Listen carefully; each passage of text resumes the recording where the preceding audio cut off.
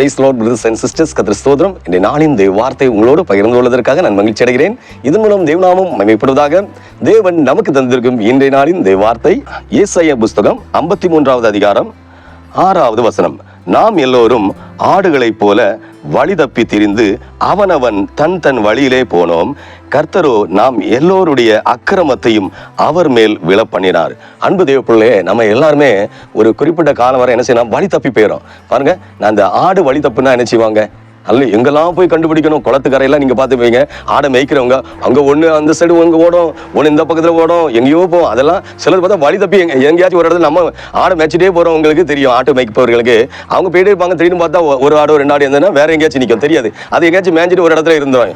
இருட்டுனா எவ்வளோ இருட்டா இருந்தாலும் அந்த மேய்ப்பர்கள் அப்படியே போய் அதை போய் கண்டுபிடிக்க வருவாங்க. அல்லையா, கண்டுபிடிக்கலாட்டி தூக்கம் வராது. ஏன்னா அவங்களுக்கு 1-2 ஆட்டுக்குட்டி இல்லை. அல்லையா, அதே போல வழி தப்பி தெரியுதுன்னா பைபிள்ல இளைய குமாரனை பத்தி போட்டிருக்கு. இன்னும் அநேக காரியங்கள் பார்க்கும்போது இந்த நாட்கள்ல வழி தவறி போகிறவங்க எத்தனையோ பேர் இருக்கிறாங்க. தேவ பிள்ளைகளே, பாருங்க, வழி தப்பி போகிற சூழ்நிலைங்கிறது ஒரு நேர் வழியாட்டு போற நேரத்துல குறுகிய வழியில எப்படி கோடீஸ்வரர்கள் ஆகுது. இப்படி ஒரு புத்தகத்தை போட்டோம்னா எப்படி பார்த்தாலும் ஒரு புத்தகம் ஒரு 1 லட்சம் சொன்னாலும் கூட வாங்குறதுக்கு ஆளு 2 லட்சம் 1 கோடினாலும் ஆள் ரெடியா தான் இருக்கணும். குறுகின வழியில கோடீஸ்வரர் 1000 கோடி கிடைக்கும்னா 1 கோடிக்கு ஒரு புக் வாங்க மாட்டாங்களா?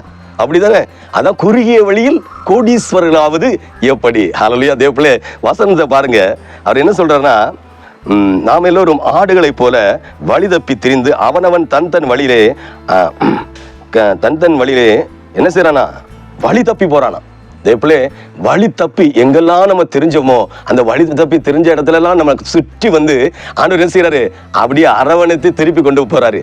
வழி தப்பினா என்ன செய்யறீங்க, நிறைய பேர் திருடர்கள், கொலைகாரர்கள், கொள்ளைக்காரர்கள், நல்லா படிச்ச ஸ்டூடெண்ட்ஸா தான் இருக்கும். நல்லா படிச்சுட்டே இருப்பாங்க. ஒரு ஸ்டேஜ் வரை எல்லாம் சொல்லுவாங்க, இந்த பையெல்லாம் பயங்கரம், அப்படி ஆயிடுவான், இப்படி ஆயிடுவான், இந்த பொண்ணெல்லாம் அப்படி ஆயிரும், இப்படி ஆயிரும் சொல்லுவாங்க.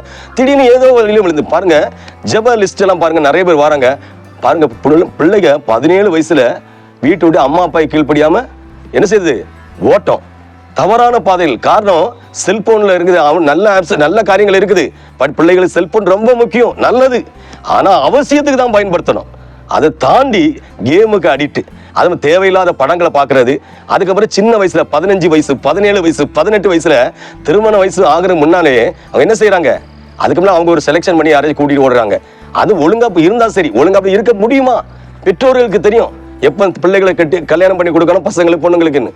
ஆனா இந்த பிள்ளைகள் என்ன செய்யறாங்க, தவறான பாதையில் போய் 2 மாசம் 3 மாசத்துக்குள்ள திருப்பி ரிட்டர்ன் வராங்க. அதனால எவ்வளவு அவமானம் பெற்றோர்களுக்கு, எவ்வளவு வேதனை, கண்ணீர். அந்த பிள்ளைகளுக்கு சரீரம் அழிஞ்சு போகுது.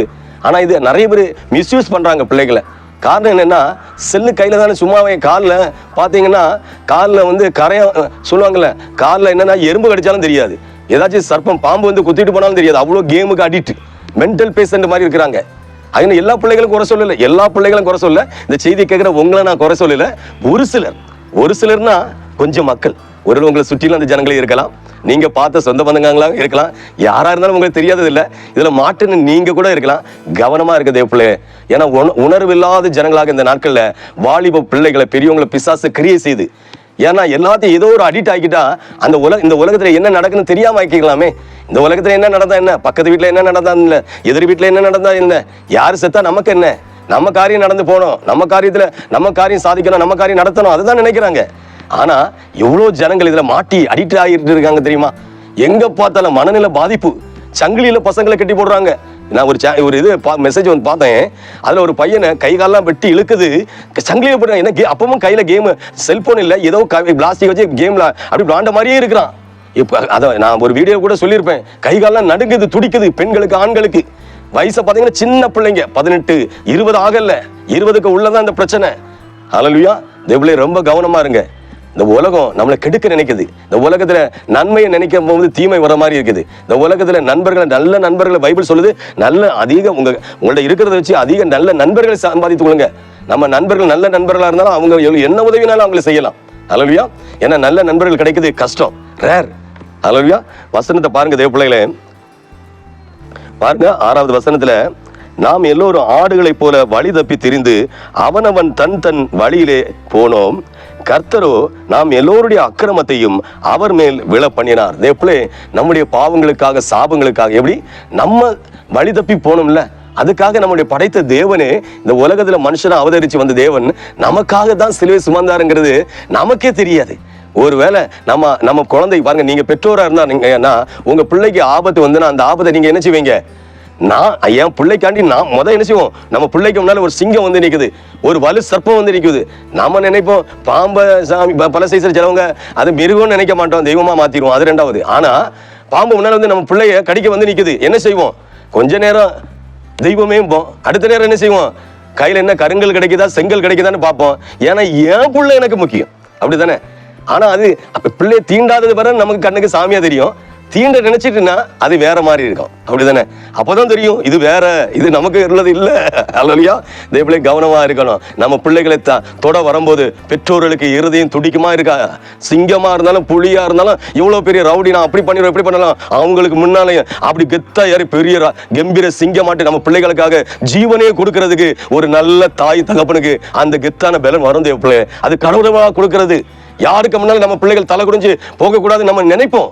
ஆனா பிள்ளைகளுக்கு கெட்ட பிரவர்த்திகள், அந்த கெட்ட சுபாவங்கள் கொண்டு என்ன செய்வோம்? தவறான பாதையில பிள்ளைகள் போயிருது. என்ன செய்யறதுக்கு? பெற்றோர்கள் நல்லவங்க தான், நம்ம பிள்ளைங்களும் நல்ல பிள்ளைங்க தான். ஆனா இந்த உலகத்துல இருக்கிற சாதனை இருக்கிறது, பொருட்கள் இருக்குதுல்ல, இந்த செல்போன்ல கண்ட கருமாந்த என்னெல்லாமோ கையில வருது, அதெல்லாம் போட்டு நோன்றனால என்ன ஆகுது? தேவையில்லாத சிந்தனைகளை, பாவம், செயல்பாடுகள், அசுத்தம், அக்கிரமம். அதுக்கு தான் கடவுள் நமக்காக ஆண்டவர் ரட்சிக்கிறோம் இயேசு கிறிஸ்து சிலுவையில சுமந்தார். ஹல்லேலூயா! சிலுவை சுமந்து மரித்தார், உயிர் தெழுந்தார். ஆனா இது தெரியாத அநேக மக்களுக்கு பைபிளை வாசிக்க தெரியாதவன்னா ஒண்ணும் இல்லை, வாசிக்க தெரிஞ்சும் தப்பு பண்றாங்க. அவங்க கிறிஸ்தவர்களா இருக்கிறாங்க, பேர்ல தான் கிறிஸ்தவங்க இருக்கிறாங்க, மற்றபடி அவங்க வேற மாதிரி இருக்கிறாங்க. ஹல்லேலூயா! அது யாரா இருந்தாலும் தேவனே ஒண்ணு மட்டும் புரிஞ்சிடுங்க, அக்கிரம சிந்தை எல்லாவற்றையும் மாற்ற ஆண்டவர் ரட்சிக்கிறோம் இயேசு கிறிஸ்துவால முடியும். பாத்துடுங்க, உங்களுக்காக எனக்காக தான் ஆண்டவர் ரட்சிக்கிறோம் இயேசு கிறிஸ்து சிலுவை சுமந்திருக்காரு. அதை என்னைக்கு நம்ம நம்புறோமோ, விசுவாசிக்கிறோமோ, அந்த ஃபெய்த் வருதோ, அன்னைக்கு தான் ஆண்டவர் மேல அந்த பயபக்தி, அந்த நம்பிக்கை அவர் மேல பெருகும் நமக்கு. ஹல்லேலூயா! தேவப்பிள்ளை ஒண்ணு மட்டும் புரிஞ்சுடுங்க, ஆடுகளை போல நம்ம எங்க சுற்றி தெரிஞ்சாலும் ஒரு நாள் ஆண்டவர் சமூகத்திலாம் வர முடியும். ஆனா ஆண்டவர் உங்களை கைவிடவே மாட்டாரு. நீங்க எங்க சுற்றி தெரிஞ்சாலும், நம்ம பிள்ளை எங்க சுற்றி தெரிஞ்சாலும், அந்த பிள்ளை எங்க போது வருதுன்னு நம்ம பார்க்காமலா இருப்போம். ஒரு நல்ல தாய் தகப்பனுக்கு ஒரு 2 கண்ணு, கேமரானா 5 கண்ணு இருக்கும். எப்போ என்ன செகண்ட் எந்த பிள்ளை, ஏன்னா நம்ம அந்த ஸ்டேஜ் தாண்டி தான் வந்திருக்கோம், நம்ம மட்டும் தாண்டாம வந்திருப்போம். ஹல்லேலூயா! அதனால கவனமா இருங்க. ஆடுகளை போல நீங்க இந்த செய்தியை பார்த்து நீங்க வழி தப்பி போய் இருக்கிற உங்க பிள்ளைகளா இருக்கலாம், நீங்களா இருக்கலாம். ஆனா யார் எந்த சூழ்நிலையா இருந்தாலும் உங்களை வழி தப்பி போகிற உங்களை வாழ்க்கையை நேரான பாதை கொண்டு வர ஆண்டவரால முடியும். அவர் சமுத்திரம் ஜெபிப்போமா? ஜெபம். ஹல்லேலூயா! எங்கள் பரிசுத்த பரலோக தகப்பனே, நாம் எல்லோரும் ஆடுகளை போல வழி தப்பி திரிந்து அவனவன் தன் வழியிலே போனோம். கர்த்தரோ நாம் எல்லோருடைய அக்கிரமத்தையும் அவர் மேல் விழ பண்ணினார். அன்பு தகப்பனே, இந்த அருமையான வேளையில இந்த செய்தியை பார்த்து கேட்கிற பிள்ளைகளுக்கு வாழ்க்கையில வழி தப்பி எந்தெந்த சூழ்நிலையெல்லாம் வழி தப்பி போய் இருக்கிறாங்களோ, ஆண்டவரே அவங்க கோணலான பாதைகள் எல்லாம் செவியாக்கி வழி தப்பி நிற்கிற அந்த பிள்ளைகளை நேரான வழியில கொண்டு வந்து உங்களுடைய மேன்மையான ஆசீர்வாதங்களை பெற்றுக்கொள்ள இந்த பிள்ளைகளுக்கும் குடும்பங்களுக்கு சந்ததிகளுக்கு தலைமுறைகளுக்கு உதவி செய்வீராக என்று மீட்பர் இயேசுவின் நாமத்தில் ஜெபிக்கிறேன், ஜீவனுள்ள பிதாவே. ஆமேன், ஆமேன், ஆமேன். ஹல்லேலூயா, ஹல்லேலூயா.